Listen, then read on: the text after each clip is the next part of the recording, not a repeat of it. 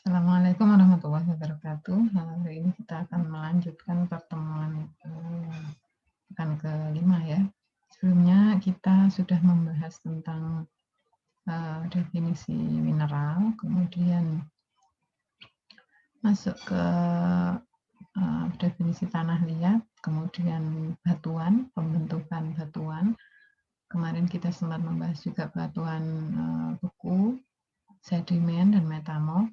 Sedangkan batuan beku sendiri juga kita ulas lebih dalam bahwa batuan beku itu terbentuk lewat proses intrusif dan ekstrusif, di mana proses intrusif itu magma membawa banyak mineral keluar, menerobos ke sela-sela perut bumi, kemudian material yang terbawa oleh magma itu kemudian membeku secara perlahan sehingga proses pembentukan kristal terbentuk secara lambat dan terbentuklah batuan yang berukuran lebih besar dengan kristalinitas yang lebih sempurna dibandingkan dengan batuan yang mengalami proses ekstrusif, di mana magma membawa material-material atau mineral-mineral dari perut bumi keluar ke permukaan bumi, sedangkan permukaan bumi menyebabkan material-material yang tercampur dengan lava tersebut atau magma tersebut mengalami proses pendinginan lebih cepat, sehingga batuan-batuan ekstrusif cenderung memiliki ukuran yang lebih kecil dan memiliki kestabilan yang lebih rendah dibandingkan batuan-batuan intrusif. Batuan intrusif kita mengenal dengan nama batuan plutonik, sedangkan batuan ekstrusif kita mengenal dengan nama batuan vulkanik. Kemarin salah satu contoh batuan intrusif yang kita bahas agak panjang adalah batuan granit ya. Kenapa dipilih granit untuk menjadi pembahasan atau contoh yang jelas? Karena sangat dekat dengan kehidupan kita. Hampir setiap rumah kita, kos-kosan kita, atau kontrakan kita menggunakan batuan granit untuk lantai, untuk dinding, dan sebagainya. Dan kita tahu betul bagaimana coraknya, kekuatannya, kemudian kestabilan fisiknya, kemudian kemampuan dia untuk menyerap panas sehingga terasa dingin ya ketika kita menginjak lantai yang terbuat dari batuan granit. Ya, itu adalah ulasan dari pertemuan kemarin. Hari ini kita akan fokus ke batuan sedimen. Pernah Bu Ulfa jelaskan sekilas bahwa batuan sedimen itu terbentuk karena beberapa batuan beku mengalami proses pengangkutan baik oleh angin, air, atau es menuju ke permukaan yang lebih rendah sehingga akhirnya dia mengalami proses sedimentasi atau penumpukan di suatu tempat, rata-rata berada di perairan ya. Terus perlakuan atau proses sedimentasi yang terus-menerus ini akan dilanjutkan dengan proses kompaksi atau pemampatan sehingga batuan-batuan beku tadi mengalami pemadatan, kemudian mengalami sementasi dan menjadi batuan sedimen. Ya, sebelum kita memulai pembelajaran kita hari ini, mari kita berdoa terlebih dahulu. Semoga yang kita pelajari hari ini membawa manfaat bagi kita semua. Berdoa dipersilakan.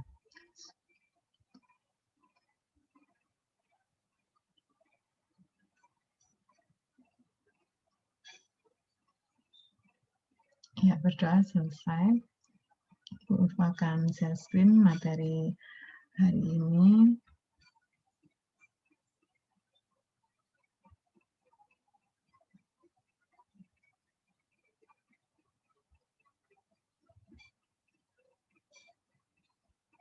Ya, sebelum Bu Ulfa jelaskan materi hari ini, mengingatkan kembali beberapa jurnal sudah Bu Ulfa share ya, yang erat sekali kaitannya dengan pembahasan kita dari awal, mulai dari definisi, kemudian clay, batuan, kemudian pembagian batuan, proses pembentukan batuan, kemudian mengerucut lagi ke batuan beku, mengerucut lagi ke batuan granit. Nah, Bu Ulfa harapkan masing-masing kelompok sudah mulai berdiskusi tentang masing-masing jurnal itu, Setelah Anda berdiskusi, menemukan intinya, silakan dituangkan dalam sebuah PowerPoint. Kalau Anda sudah menemukan intinya lagi, buatlah tayangan yang menarik ya, dalam bentuk video yang diperankan oleh setiap anggota kelompok ya.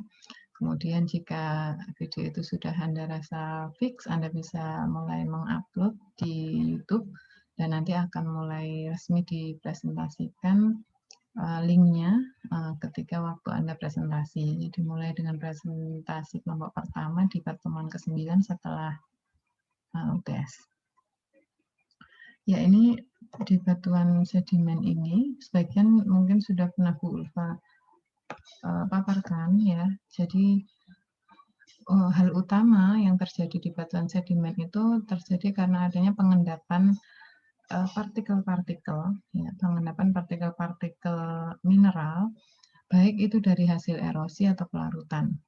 Jadi sederhananya, proses awal memang diawali dengan keluarnya batuan beku, terutama batuan-batuan ekstrusif. Karena batuan intrusif rata-rata di bawah, dan batuan intrusif rata-rata sulit sekali mengalami erosi dan pelarutan karena dia sendiri sudah stabil.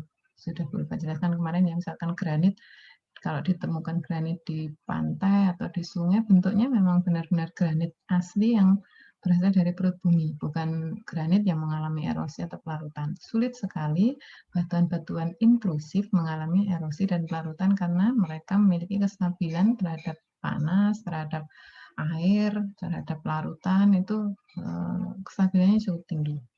Jadi rata-rata batuan ekstrusif itu keluar. Kemudian batuan ekstrusif ini ada yang mengalami pengangkutan, baik oleh air, angin. Kita menyebutnya pengikisan juga boleh. Oleh air, oleh angin. Ya, kadang-kadang kan batuan ekstrusif itu keluar bentuknya seperti pasir, ya, atau debu, atau juga bentuknya seperti kerikil, kecil-kecil ini. Kalau bentuknya kecil seperti itu, mudah sekali bagi angin, bagi air, untuk memindah batuan-batuan beku yang ada di permukaan bumi itu rata-rata ke tempat yang lebih rendah. Ya, rata-rata ke tempat yang lebih rendah. Rata-rata tempat yang lebih rendah ya sungai atau pantai ya. Sungai atau pantai nanti memiliki larutan ya. Ada air sungai, ada air pantai. Air sungai atau air pantai, terutama di pantai, bisa menjalankan proses selanjutnya yaitu erosi, yaitu pengikisan. Jadi batuan-batuan tadi dikikis terus menerus. Setelah dikikis kan menjadi bentuk yang lebih kecil lagi atau dilarutkan ya. Jadi batuan-batuan yang terkena air pantai atau air sungai yang sangat asam, dia akan melarut sehingga menjadi partikel yang lebih kecil, bisa jadi menjadi partikel lembut seperti pasir atau yang lebih lembut lagi, atau bisa jadi mengalami proses perubahan fasa dari padat menjadi cairan. Ya, material-material baik yang mengalami proses perubahan pengikisan menjadi bentuk yang lebih kecil atau yang berubah fasa menjadi cair, ini akhirnya mengendap. Ya, akhirnya mengendap otomatis di tempat yang lebih rendah. Ya, dasar sungai, dasar pantai, dasar laut gitu. Mengendap di situ terus-menerus. Jadi lapisan pertama, kemudian ditumbuhi lagi dengan partikel lapisan kedua, ditumbuhi lagi dengan partikel lapisan ketiga, terus seperti itu. Ya. Mengendap terus-menerus, kemudian pengendapan ini dilanjutkan dengan proses yang namanya sementasi dan litifikasi. Ya. Ada beberapa yang menyebut kompaksi. Ya. Artinya material-material tadi kan belum terikat ya. Partikel silika misalkan dari batuan beku itu masih bentuknya pasir atau debu ya, pasir atau debu. Ya, pasir atau debu ini kemudian menyatu, terkompaksi atau terpadatkan. Ya, terpadatkan sehingga nanti menjadi partikel yang lebih keras. Jadi satu partikel silika dari batuan beku ya, pasir batuan beku dengan pasir batuan beku menyatu, kemudian dipres ya, seperti ditekan itu, dikompaksi oleh alam ya. Kemudian dia nanti berubah menjadi batuan sedimen yang keras. Ini contoh-contohnya ya. Jadi ciri-ciri yang pertama, rata-rata strukturnya berlapis. Kenapa berlapis atau terlihat seperti ada lapisan? Karena memang sedimentasi ini prosesnya dari pengendapan partikel-partikel. Jadi tidak hanya selapis ya. Pengendapan partikel menumpuk di bawah, kemudian ditambahi dengan partikel lagi di bawahnya, ditambahi lagi dengan di bawahnya, dan seterusnya. Gitu. Kemudian ciri yang kedua, rata-rata dia mengandung fosil. Kenapa? Kenapa batuan sedimen rata-rata mengandung fosil? Karena dalam proses ini batuan-batuan yang mengalami erosi, ya, mengalami pelarutan, mengalami pengangkutan, ya, dari posisi batuan ekstrusif menuju ke tempat yang lebih rendah, sungai atau pantai.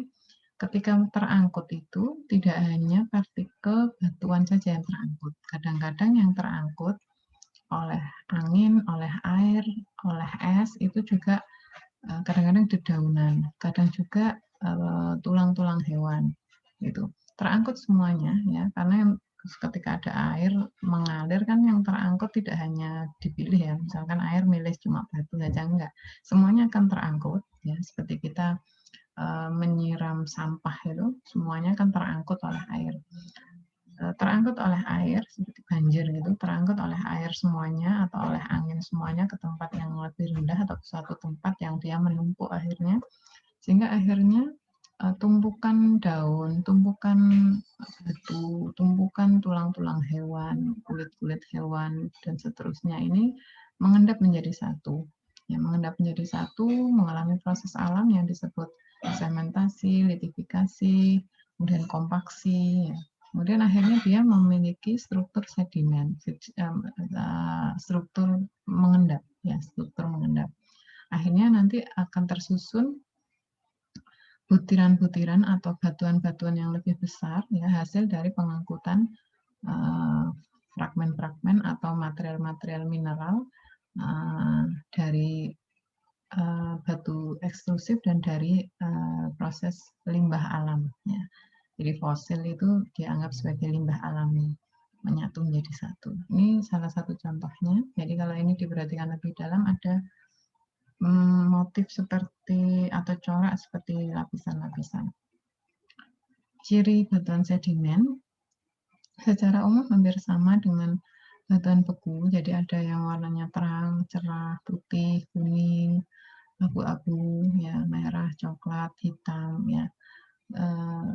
Semuanya tergantung dari komposisi bahan yang membentuk, ya, semuanya.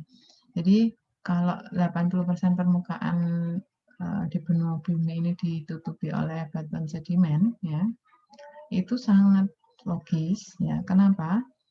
Kenapa kok tidak ditutupi dengan batuan beku? Karena batuan beku ternyata ketika dia terangkut oleh angin, air, dan es, terus dia pecah menjadi partikel yang lebih kecil, kemudian mengalami kompaksi, ya, maka batuan sedimen ini yang akan jadi yang utama. Karena pertama, kalau batuan beku murni dari mineral yang terangkut oleh magma, sedangkan batuan sedimen ini dia berasal dari batuan beku yang pecah atau juga dari komposit antara fosil baik tumbuhan maupun hewan, ya, makhluk hidup ditambah dengan batuan. Nah, sedangkan bumi ini kan kalau kemarin kita sempat mendapatkan ukuran 12.500 km ya diameternya, itu terdiri dari komponen-komponen di alam berupa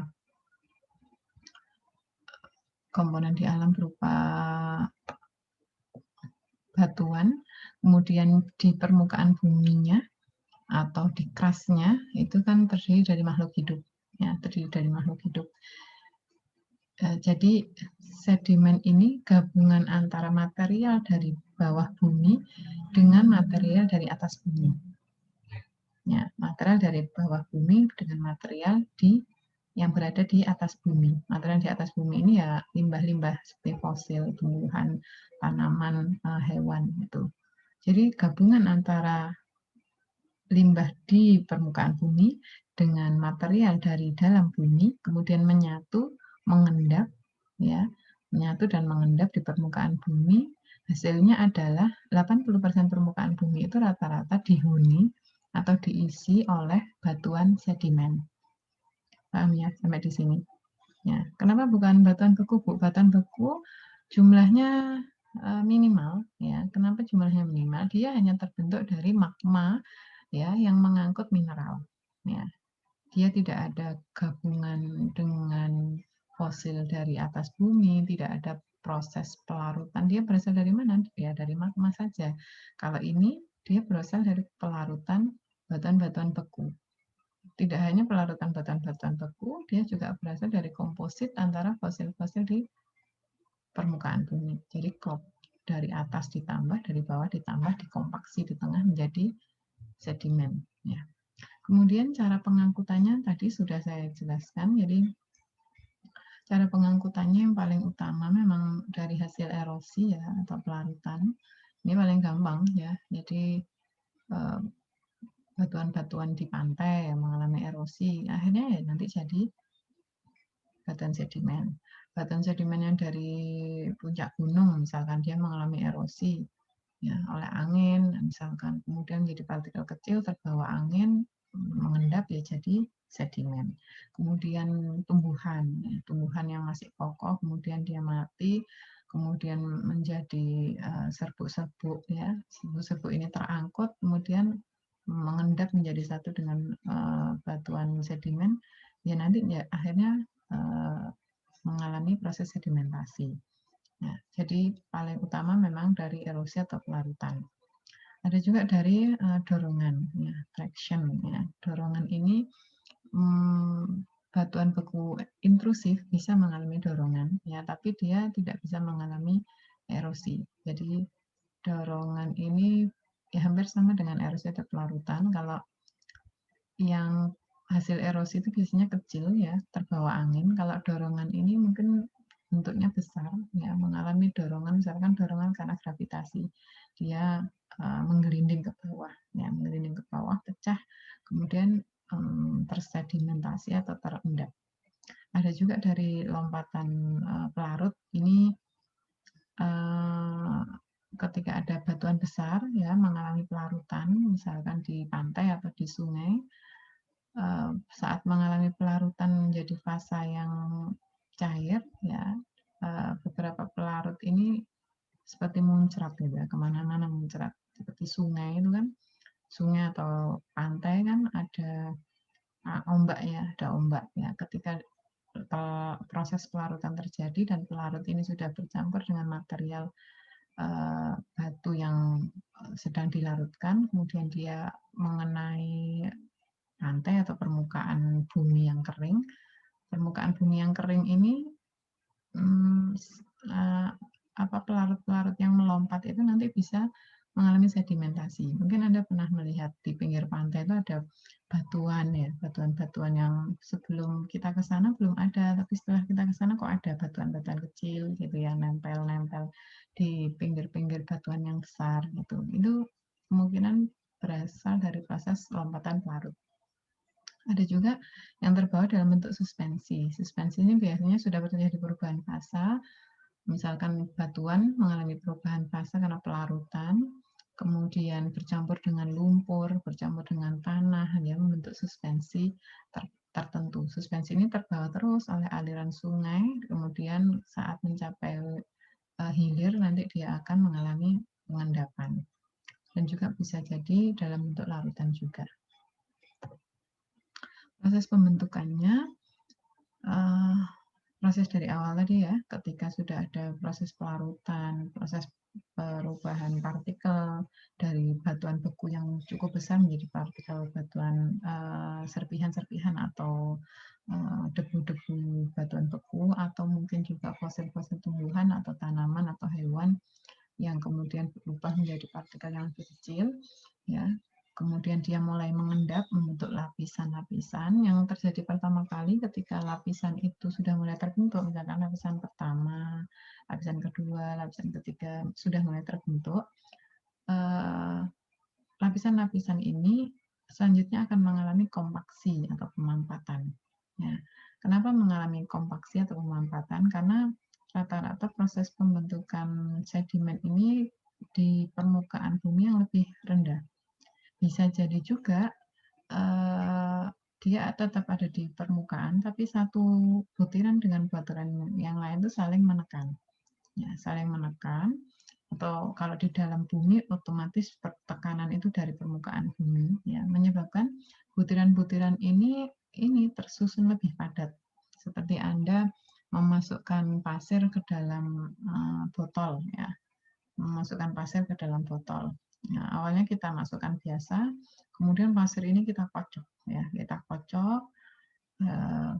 Botol yang awalnya penuh itu menjadi ada ruang karena pasir satu dengan pasir yang lain saling terikat, kemudian memampat di bawah, ya, memampat di bawah. Kemudian kita bisa nambahi lagi. Jadi proses sedimentasinya mirip seperti itu. Jadi Anda memasukkan pasir ke dalam botol ukuran 2 liter misalkan, Anda memasukkan pasir setengahnya. Kemudian Anda kocok, ya, Anda pukul-pukul gitu ininya, botolnya, kemudian pasir itu akan turun, ya, dia mengendap di bawah. Bagian pasir yang botol yang kosong menjadi lebih banyak. Kemudian kita tambahi lagi dengan pasir lagi, kita kocok lagi, dia semakin tertekan ke bawah, ya. Terus kita tambahi, ya, terus ditambahi sampai dia terbentuk susunan butiran yang lebih padat. Ya, lebih padat. Jadi lapisan partikel kecil dan lembut nanti lebih mudah mengalami pemampatan, ya, sehingga nanti terbentuk lapisan yang tipis tapi kuat, ya, dengan porositas yang berkurang. Porositasnya berkurang karena termampatkan terus, ya, terutama ini pada sedimen lumpur. Nah, kalau kita yang memampatkan dalam botol itu kan hanya memakai tekanan tangan kita, ya. Tapi kalau di alam, ya, tekanan ini kalau misalkan masuk ke dalam perut bumi, tekanannya itu dari permukaan bumi. Jadi botol itu dimasuki pasir terus ditekan. Tidak hanya dikocok tapi ditekan. Ada alat tekannya, misalkan 1 atm, 10 atm, 10 tor dan lain sebagainya. Itu. Selanjutnya, kompaksi ini juga akan menyebabkan hilangnya air. Jadi kalau ditekan-tekan terus, air kan keluar, ya. Air keluar dari material yang ditekan itu. Ya, airnya kemana? Airnya nanti mengalir menuju dataran yang lebih tinggi. Ya. Kemudian airnya juga bisa menjadi media pelarut. Kalau dia tidak bisa keluar dari reaktor alam itu, air ini akan melarutkan si butiran-butiran ini, ya, sehingga nanti terjadi pengendapan kimia. Ya.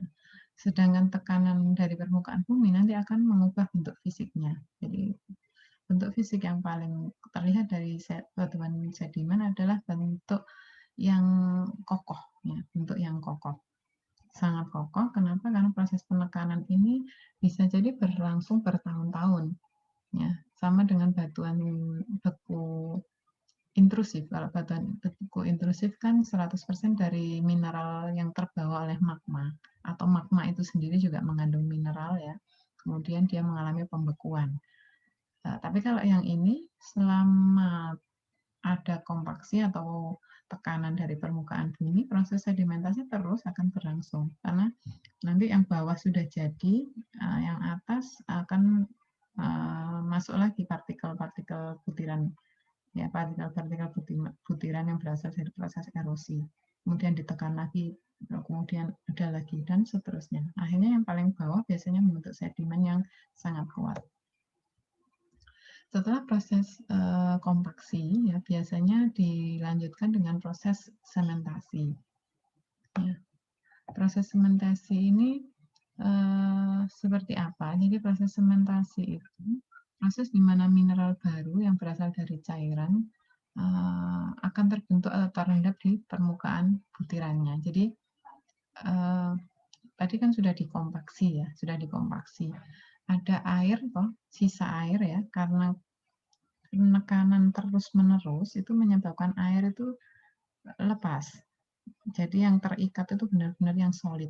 Tapi berhubung reaktor, ya, reaktor alam, kita bayangkan reaktor alam di sebelah-sebelahnya tidak memungkinkan cairan ini untuk meresap, ya. lama-lama cairan ini akan menjadi pelarut alam. Ya, pelarut alam. Pelarut alam bagi apa? Bagi unsur-unsur yang bisa terlarut. Jadi unsur silika misalkan, silika dengan alumina misalkan ya, silikanya sudah terbentuk, tapi karena ada air, nanti ada SiOH. Ya, SiOH ini bentuknya cairan. Ya, bentuknya cairan. Jadi nanti proses sementasi itu ada bagian batuan yang dilapisi dengan fase cairan. Fase cairannya ya fase cairan dari batuan itu ditambah dengan air. Ya, seperti itu. Jadi seperti kalau di lab seperti sumber unsur, misalkan silika. Silika itu kita bisa pakai sumber unsurnya dengan tetraetil ortosilikat. Ya, bentuk senyawa kompleks yang ada Si di tengahnya. Ya, tetraetil ortosilikat. Bentuknya cairan. Tapi kalau mau diambil silikanya saja, kita hilangkan gugus organiknya. Sama seperti ini. Jadi silika padatnya sudah terbentuk, tapi juga di permukaannya itu ada lapisan cairan. Yang cairan ini cairan silika juga. Ya, cairan silika. Ya. Cairan silika ini ya melapisi permukaan butirannya, yang kemudian kita sebut dengan semen, atau semen. Ya, semen ini yang paling utama biasanya terbentuk di kuarsa dan kalsit. Kenapa proses sementasi ini penting? Ya, karena cairan yang melapisi masing-masing butiran itu akan menyebabkan ikatan antar butiran itu menjadi lebih kuat. Ya, kalau yang kompaksi tadi Anda bayangkan pasir-pasir itu masih dalam bentuk pasir pasir kering. Ya, pasir kering. Pasir kering dengan pasir kering kan nggak bisa terikat. Kalau kita masukkan pasir ke dalam botol, kita kompaksi ya, kita padatkan, kemudian kita buka ya mulut botol itu ya, kita gunting misalkan, terus kita keluarkan pasirnya, kan lebih gampang. Tapi kalau sudah mengalami proses sementasi, di mana saat masing-masing butiran itu sudah terbentuk lemnya, jadi sementasi itu seperti lemnya ya. Lemnya ya unsurnya unsur batu itu sendiri. Kalau silika ya silika, tapi bentuknya silika fase cair. Jadi satu butiran sudah dilapisi oleh semen atau lemnya tadi, sehingga satu butiran dengan butiran yang lain itu lebih gampang berinteraksi. Ketika lebih gampang berinteraksi, proses kompaksi dan proses sementasi berlangsung secara simultan, akhirnya akan menjadi batuan. Ya, karena satu partikel dengan partikel lain sudah menyatu. Ya, sudah menyatu. Kalau misalkan nasi itu sudah dipenyet jadi satu ya, nasi 1 sendok sudah dipenyet jadi satu, butiran-butiran nasinya sudah tidak ada. Kenapa bisa dipenyet jadi satu? Karena bentuknya bukan beras lagi. Kalau beras dengan beras kan sulit. Tapi kalau nasi kan beras yang sudah terlapisi oleh cairan ya, atau beras yang sudah berbentuk menjadi nasi, butiran nasi yang lebih lembek. Ya, butiran nasi yang lebih lembek dipenyet menjadi satu, nanti dia berubah menjadi seperti bubur. Bubur ini terus-menerus mengalami kompaksi dan sementasi, nanti dia berubah menjadi seperti batuan. Nah, penyemenan ini terjadi di awal pembentukan hingga mengurangi pemampatan. Jadi ada semacam kompetisi nanti antara kompaksi dengan sementasi. Kalau kompaksinya banyak, biasanya sementasinya belum terjadi, ya, karena salah satu terbentuknya semen itu juga nanti karena kompaksi ya. Kompaksi ini berlangsung terus, nanti cairan-cairan material itu akan keluar. Ya. Kemudian kalau kompaksinya sudah mulai berkurang, cairan-cairan ini akan melapisi. Ya, cairan-cairan prekursor dari material itu akan melapisi, sehingga nanti kalau penyemenan itu sudah terjadi banyak, ya, proses pengeleman satu butiran atau satu partikel dengan partikel yang lain itu sudah mayoritas, nanti pemampatannya berkurang. Ya, sehingga hasilnya nanti Anda akan menemukan namanya semen kuarsa. Ya, semen kuarsa itu apa? Semen kuarsa itu ya silika yang sudah terlapisi dengan air ya, nanti membentuk organisilika. Nah, jadi organosilika itu silikanya biasanya berada di tengah dan lapisan-lapisan sampingnya itu gugus organik. Ada juga semen kalsit ya. Semen kalsit itu semen ya sedimen yang berada di sekitar karbonat. Jadi kalsiumnya di tengah, nanti ada gugus karbonatnya. Ya, ada gugus karbonatnya. Kalau semen murni, semen kuarsa murni atau semen kalsit murni memang dia fasanya cair. Tapi kalau sementasi ditambah kompaksi, nanti hasilnya adalah batuan yang sangat kokoh. Ya, kalau kompaksi tadi benar-benar murni batuan fisik ya, batuan kering. Nah, kalau sementasi ini batuan kering yang sudah terlapisi dengan semen fasa cair. Setelah itu, ya setelah kompaksi sudah, setelah sementasi sudah, terakhir nanti akan ada proses rekristalisasi. Tidak hanya seperti di lab yang seperti Anda lakukan, proses rekris ya, Anda merekris garam dapur, kalau tidak salah ya, rekristalisasi garam dapur. Di alam juga terjadi rekristalisasi. Jadi setelah ditekan, dimampatkan, kemudian terbentuk sementasi, ya, terbentuk proses pembentukan semen, pelapisan semen di masing-masing partikel mineral itu, kemudian akan terbentuk rekristalisasi. Apa rekristalisasi itu? Dari kata re dengan kristalisasi. Rekristalisasi itu proses penyusunan menjadi bentuk yang lebih teratur.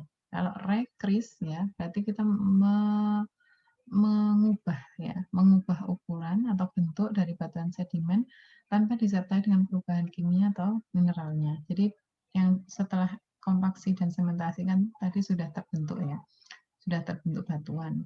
Kemudian kita panaskan ulang ya batuan itu ya. Nanti ada perubahan ukuran dan bentuk tapi tidak ada perubahan kimia. Jadi kalau awalnya batuan yang mengalami kompaksi dan sementasi itu unsurnya Si, O2 dan alumina ya. Si-nya 1, O-nya 2, kemudian aluminanya 1 misalkan.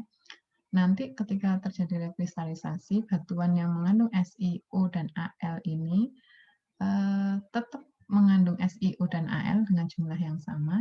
Hanya saja ketika dipanaskan ulang, kemudian dikristalisasi lagi, ditata kembali unsur-unsurnya, dia hanya mengalami perubahan ukuran dan bentuknya.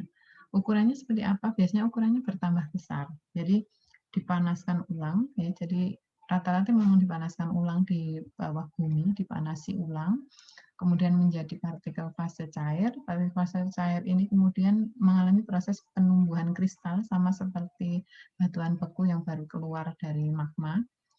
Penumbuhan kristal dari batuan yang kecil atau benih atau biji kristal misalkan 1 nano ini kemudian berkembang lagi menjadi agak besar, berkembang lagi menjadi agak besar dalam tempo yang sangat panjang biasanya waktunya, sehingga rata-rata setelah proses penghabluran atau mengalami proses rekristalisasi ini, batuan-batuan sedimen itu menjadi ukuran yang lebih besar dan lebih teratur. Ya, lebih besar dan lebih teratur. Nah, misalkan dalam kasus batu kapur ya, ukuran kalsit ini bertambah besar ya, teksturnya, kemudian struktur awalnya yang kapur kasar itu hilang. Ya, kapur kasar ya, kapur-kapur ya kita lihat, kita tahu semua batu kapur seperti apa ya. Nanti kalau sudah berubah menjadi kalsit sangat berbeda dengan batu kapur. Lebih halus, lebih indah, bentuknya lebih besar dan seterusnya. Ini contoh dari batuan sedimen yang dibagi menurut ukuran butir. Jadi kalau pembagian secara umum sangat banyak, tapi kalau kita bagi menurut ukuran butir itu hanya ada sekitar 1, 2, 3, 4, 5, 6, 7 ya. Ada 7 jenis butiran sedimen. Ya, 7 jenis butiran sedimen. Kalau jenis batuannya hanya ada 5 ya, ada 5. Yang pertama, jika ukuran butiran itu lebih dari 256 mm ya, nama butirannya adalah blok atau boulder. Kita menyebutnya bongkahan. Jadi kalau Anda menyebut bongkahan itu berarti rata-rata butirannya 256 mm. 256 mm ini sekitar berapa? 25 cm ya. Ya, 25 cm ya, cm desimili. Oh, berarti 2 cm, sekitar 2 sampai 3 cm. Ya, jadi kalau ada ya sekitar 3 sentian, berarti nama butirannya itu bongkah, ya bongkahan. Kita menyebutnya bongkahan. Nanti nama batuan dengan ukuran batuan sedimen ini nama batuan sedimen yang memiliki ukuran sekitar 3 cm namanya breksi. Ya, breksi. Sedangkan kalau ukuran butiran itu antara 64 sampai 25 mm, jadi sekitar setengah senti sampai 3 senti, itu namanya krakal atau kobel. Krakal Anda tahu ya, kalau di bangunan tukang-tukang itu menyebut batu-batu kecil ya, pecahan-pecahan batu kecil itu namanya krakal. Ya, krakal. Nama kerennya kobel. Ya. Nama batuannya tetap breksi, tapi breksi jenis krakal. Ya, bentuknya rata-rata bundar ditambah ada runcingan sedikit. Ya, kalau krakal Anda lebih familiar karena lebih banyak dipakai. Sedangkan yang lebih kecil dari itu, ya, yang kurang dari setengah senti, ya setengah senti, namanya pebble. Nama batuannya konglomerat. Jadi kalau Anda disebut mau menjadi konglomerat ini hati-hati. Kalau konglomerat dalam bidang ekonomi itu artinya orang kaya. Tapi konglomerat di batuan sedimen itu nama batuan beku, nama batuan sedimen dengan ukuran setengah senti. Ya, batuan-batuan adiknya krakal ya. Ya, seperti kerikil. Krakal dan kerikil. Nanti kerikil ada lagi. Jadi krakal itu agak besar, kalau pebble itu tengah-tengahnya namanya konglomerat, nanti yang lebih kecil itu namanya kerikil. Jadi Anda harus hati-hati. Nanti dikira pebble itu kerikil juga, bukan. Pebble itu lebih besar dari kerikil. Nama kerennya konglomerat. Jadi kalau Anda mau jadi konglomerat, hati-hati. Berarti mau menjadi batuan sedimen berukuran sekitar setengah sentimeter. Kemudian yang selanjutnya yang lebih kecil dari itu, ini baru namanya kerikil atau granul. Kerikil atau granul. Sering kita menyalahpahami kalau kerikil itu ya pokoknya ukurannya sebesar kelereng. Itu lebih terlalu besar. Ya. Kalau sebesar kelereng itu masuknya sebenarnya pebble. Kalau krakal terlalu kecil ya. Sebesar kelereng itu pebble, bukan kerikil. Kalau kerikil itu lebih kecil lagi, bentuknya harus granul. Granul itu seperti butiran beras. Iya, butiran beras tapi bentuknya bulat. Ya, kalau Anda punya manik-manik mungkin sebesar manik-manik itu baru boleh disebut kerikil. Tapi karena di Indonesia atau di Jawa mungkin sudah kadung mindsetnya, pokoknya kerikil itu batuan yang kecil gitu. Rata-rata ya ukurannya sebesar kelereng. Jadi akhirnya salah kaprah gitu. Tapi di dunia mineralogi sudah disegmentasi dengan lebih baik lagi bahwa yang ukurannya sebesar pasir itu baru boleh disebut kerikil. Ya, kalau lebih besar dari itu namanya pebble atau konglomerat. Ya, kalau sudah agak besar-besar ya, agak besar-besar ya seperti apa ya, seperti ukuran patahan coklat misalkan itu krakal. Ya, kalau butiran dia harus namanya kerikil, butiran beras ya. Bentuknya bisa jadi bundar, bisa jadi bulat. Kemudian kalau ukurannya lebih kecil daripada butiran beras, ini disebut sandstone atau pasir. Ya, lebih gampang membayangkan kalau Anda memiliki gula pasir. Ya, kalau gula pasir ada batuan yang ukurannya seperti gula pasir, maka itu masuk kategori sandstone atau pasir. Nah, nama batuannya ya batu pasir. Jadi pasir itu batuan apa pasir, Bu? Pasir itu nama batuan, namanya batu pasir. Jadi kalau Anda menyebut beli pasir 1 pickup, berarti Anda sedang menyebut membeli batu pasir. Karena pasir itu sendiri adalah batuan. Ya, dengan ukuran sekitar 2 mm. Ya, tapi kalau para tukang sudah membedakan itu ya. Jadi kalau beli batu berarti batuan besar-besar. Kalau beli pasir ya berarti sama seperti beli semen. Ya, sama seperti beli semen. Padahal enggak. Pasir itu adalah batu.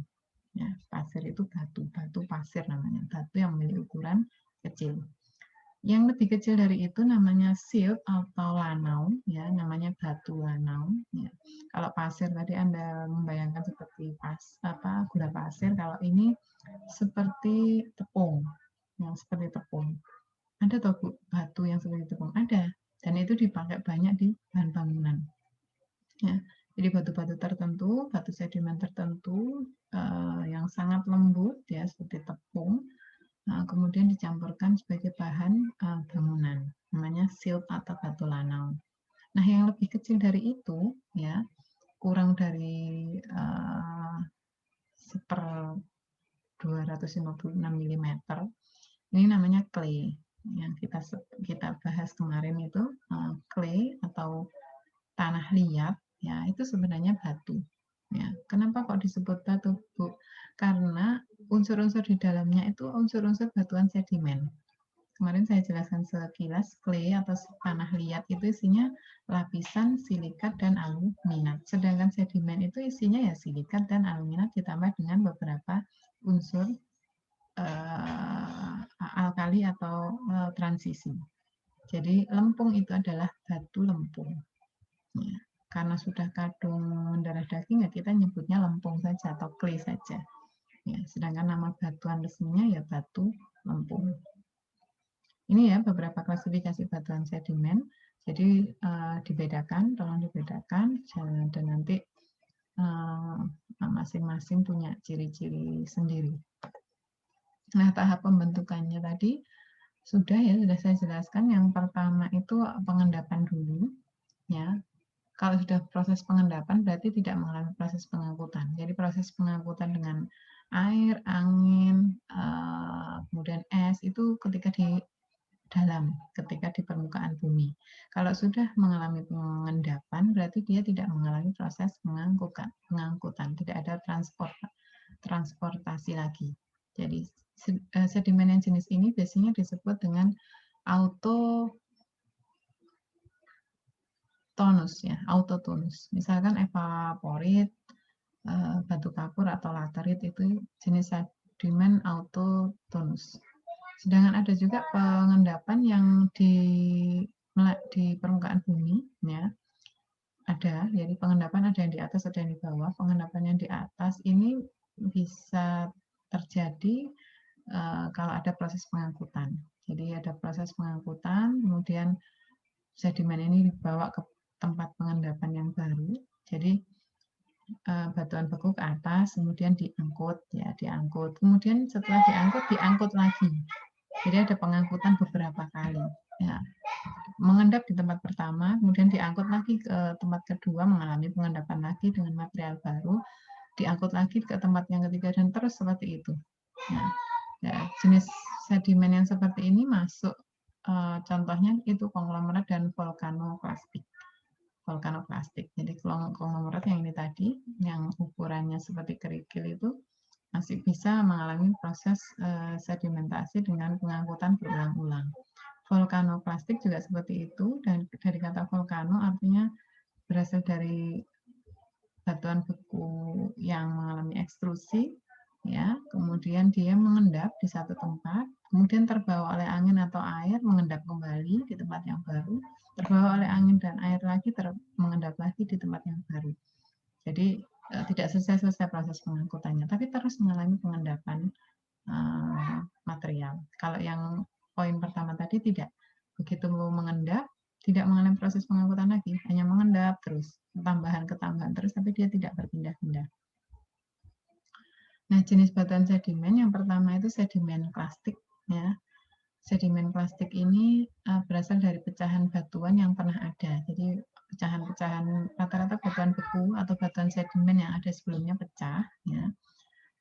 Batuan sedimen plastik ini memang seperti menyatukan kembali pecahan batuan yang sebelumnya. Bisa jadi berasal dari batuan beku, bisa jadi berasal dari batuan metamorf, bisa jadi dari pecahan sedimen itu sendiri. Yang penting yang berbentuk pecahan, kemudian disatukan kembali, dikompaksi lagi, disementasi lagi, direkristalisasi lagi, maka namanya adalah sedimen plastik. ya, sedimen plastik. Dari kata kelas, ya, dari kata kelas. Jadi ada memasukkan kembali ke dalam satu kelas gitu. Plastik. Batuan sedimen ini diendapkan secara mekanis, ya, rata-rata diendapkan secara mekanis, yaitu dengan tekanan, ya. Kemudian dibagi menjadi dua golongan besar berdasarkan ukuran butirnya.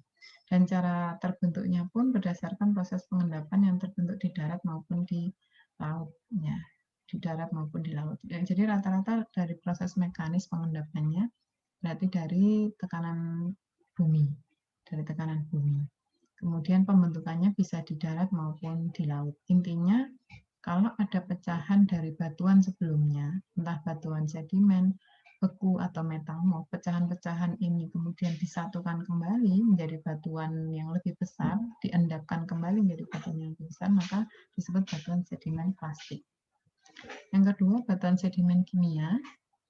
Ini berasal dari proses kimia, jadi batuan-batuan sebelumnya dilarutkan, ya, dilarutkan dengan proses kimiawi sehingga fase padat berubah menjadi fase cair. Fase cair ini kemudian mengalami proses penguapan, ya. Ketika sudah menguap semua larutannya, kemudian terbentuk sedimen atau mengendap, ya, menjadi batu. Ya. Proses pembentukannya nanti ada secara kimiawi, biologi, atau kombinasi dua-duanya. Biologi artinya melibatkan fase-fase organik, ya, misalkan enzim dan seterusnya. Kalau kimiawi hanya melibatkan proses pelarutan, ya, biasanya pelarutan yang mengubah satu fase menjadi fase yang lain, atau bisa jadi gabungan, ya, gabungan. Yang ketiga, batuan sedimen organik ini berasal dari pengendapan bahan organik seperti saya jelaskan tadi. 80% batuan yang mengisi permukaan bumi itu sedimen. Kenapa? Karena ada sumbangsih dari bahan organik, ya. Bahan organik yang dia mengendap. Bahan organik yang mengendap terus-menerus baik dari tumbuhan maupun binatang atau manusia, kemudian mengeras, ya, mengalami kompaksi, kemudian mengalami sementasi, mengalami rekristalisasi, nanti akan menjadi batuan, ya, namanya batuan sedimen organik, ya. Kita menyebutnya gampangnya fosil gitu, ya, gampangnya fosil. Tapi kalau fosil sudah membatu banget namanya sedimen organik, ya. Contohnya batu gamping gitu. Batu gamping itu kalau dilihat lebih teliti di dalamnya banyak gugus-gugus organik, karena terbentuknya memang mayoritas dari pengendapan bahan-bahan organik seperti cangkang cangkang udang, kemudian tulang-tulang hewan, kemudian rengkahan-rengkahan tumbuhan seperti itu. Kemudian ada juga batuan sedimen vulkanik, ya, ini yang murni dari proses ekstrusi batuan beku. Jadi batuan beku yang mengalami ekstrusi kemudian keluar, ya, kemudian pecah, ya, kemudian setelah pecah membentuk debu-debu. Debu-debu itu kemudian mengendap terus menerus, ya, kemudian akhirnya menjadi batuan sedimen vulkanik. Ada yang bentuknya batuan pasir yang lembut, ya, yang ukurannya ya seperti gula pasir. Ada juga yang aglomerat, jadi agak besar seperti konglomerat misalkan, yang ukurannya seperti kerakal atau kerikil. Tapi tidak ada proses penambahan bahan organik di dalamnya, tidak ada juga proses kimiawi, misalkan pelarutan dulu, enggak. Tapi murni dari batuan vulkanik yang mengalami ekstrusi, kemudian debu-debunya atau pecahan-pecahan kecilnya setelah gunung berapi itu meletus kemudian mengendap. Nah, pengendapan inilah nanti yang menjadi batuan sedimen vulkanik. Jenis tempat pengendapannya ada beberapa, ya. Yang pertama tritis, sesuai dengan namanya, tritis. Ini berlangsung di darat. Jadi kalau tritis itu kalau orang Jawa namanya bagian rumah yang di depan, teras, ya, seperti teras. Ya. Bagian rumah di bumi yang paling depan itu ya daratan. Ya, jadi batuan sedimen yang proses pengendapannya di daratan itu contohnya batu pasir, itu namanya batuan sedimen tritis. Itu berdasarkan tempatnya. Ada juga yang di laut namanya batuan sedimen marin. Nah, biasanya bentuknya batu karang, batu garam. Garam itu namanya batu. Batu garam, batu karang itu. Nah, itu sedimen marin. Ada juga yang fluvial. Fluvial ini di sungai. Ya, proses pengendapannya di sungai. Terus mengendap. Biasanya disebut pasir ya, atau clay. Ya. Kemudian yang glasial ini di daerah es atau bersalju. Salah satunya batu morena. Batu morena itu terbentuk karena pengendapan secara terus-menerus di area yang bersalju. Namanya batuan sedimen glasial. Sekarang kita lihat komposisi dari batuan sedimen ya di sini mengandung SiO2 ya, atau kita sebut pasir, kemudian mengandung karbonat ya, bisa jadi atom pusatnya kalsium atau magnesium, juga mengandung hidrat ya, hidratnya bisa jadi atom pusatnya aluminium juga besi ya. Kemudian komposisi dari SiO2, kemudian kalsium karbonat atau magnesium karbonat dengan aluminium hidrat, ini akan membentuk komposisi sedimen, ya, komposisi sedimen. Kalau lebih banyak ini SiO2-nya, maka disebut sandstone atau pasir. Ya. Kalau sudah gabungan antara kalsium karbonat dan magnesium karbonat, ya, ini kan sudah gabungannya, gabungan antara SiO2 juga ada, kalsium karbonat ada, tapi hidratnya sedikit, maka namanya limestone atau dolomit. Ya.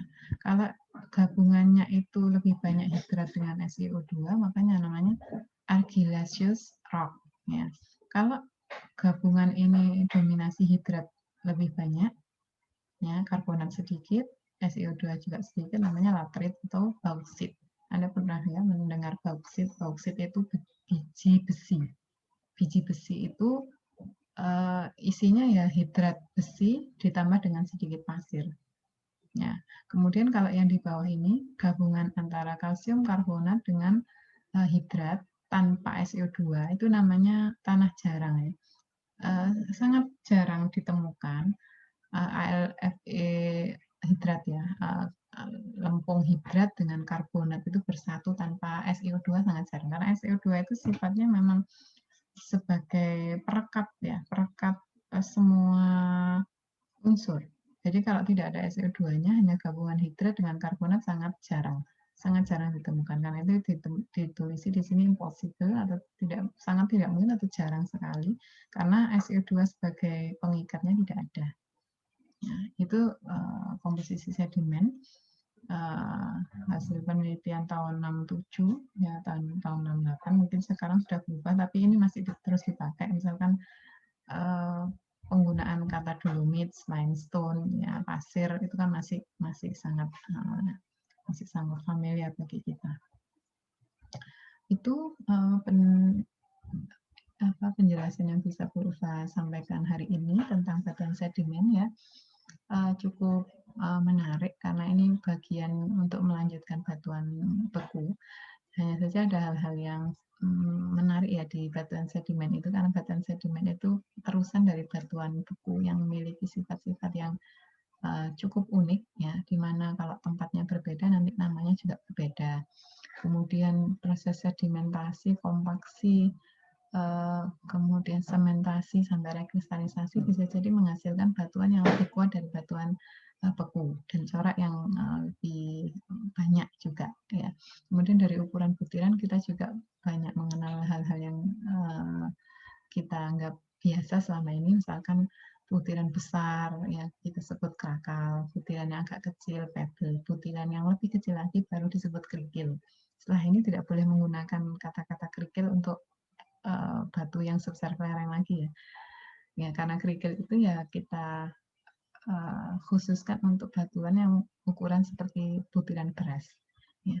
Kemudian setelah kerikil nanti masih ada batu pasir, ya, batu pasir, kemudian silt atau batu lanau seperti tepung, baru nanti clay. Itu dari segi bentuk. Kemudian dari segi komposisi, tadi kita lihat komposisi utama sedimen itu SiO2, kemudian kalsium karbonat atau magnesium karbonat, serta hidrat dari alumina dan besi. Gabungan ketiganya kalau didominasi oleh SiO2 maka disebut pasir. Tapi kalau didominasi oleh karbonat kita menyebutnya limestone atau dolomit. Dolomit ini banyak dipakai untuk membuat kolam ya, karena membuat air kolam itu lebih stabil pH-nya. Kemudian kalau didominasi oleh hidrat besi atau aluminat, kita menyebutnya bauksit. Ya. Yang paling menarik adalah di batuan sedimen ini gabungan antara hidrat aluminat dan besi dengan karbonat itu hampir tidak bisa terjadi. Kenapa? Karena SiO2, Anda ketahui SiO2 itu punya tangan 4 ya, yang dia bisa merangkai berbagai macam unsur menjadi satu, sehingga menjadi lebih stabil. Ya, jadi tanpa SiO2 nggak bisa, ya jarang ada material sedimen yang terbentuk. Tapi kalau sudah ada sedimen SiO2-nya, meskipun rasionya cukup sedikit, masih bisa terbentuk batuan sedimen yang secara fisik bisa teramati. Seperti itu. Nah, untuk menambah hasanah Anda bisa menambahkan, mungkin mencari contoh batuan-batuan sedimen yang digunakan dalam kehidupan sehari-hari. Bisa Anda tambahkan nanti untuk menambah hasanah kita. Jadi di presentasi bisa ditambahkan contoh-contoh batuan sedimen yang digunakan di dalam kehidupan. Itu mungkin yang Bu Ulfa bisa sampaikan hari ini. Kita bisa melanjutkan di sesi diskusi. Silakan mengajukan pertanyaan, maksimal 6 pertanyaan, dan silakan langsung ditanggapi. Terakhir nanti di GC saya akan memberikan feedback, atau jika diperlukan Bu Ulfa akan mengadakan pertemuan di Google Meet ya untuk memperjelas penjelasan yang sudah Bu Ulfa sampaikan. Bu Ulfa akhiri dulu pertemuan hari ini, kita break sebentar. Silakan menuju GC Anda dan mulai berdiskusi di sana. Tetap jaga kesehatan. Bu Ulfa akhiri, Assalamualaikum warahmatullahi wabarakatuh.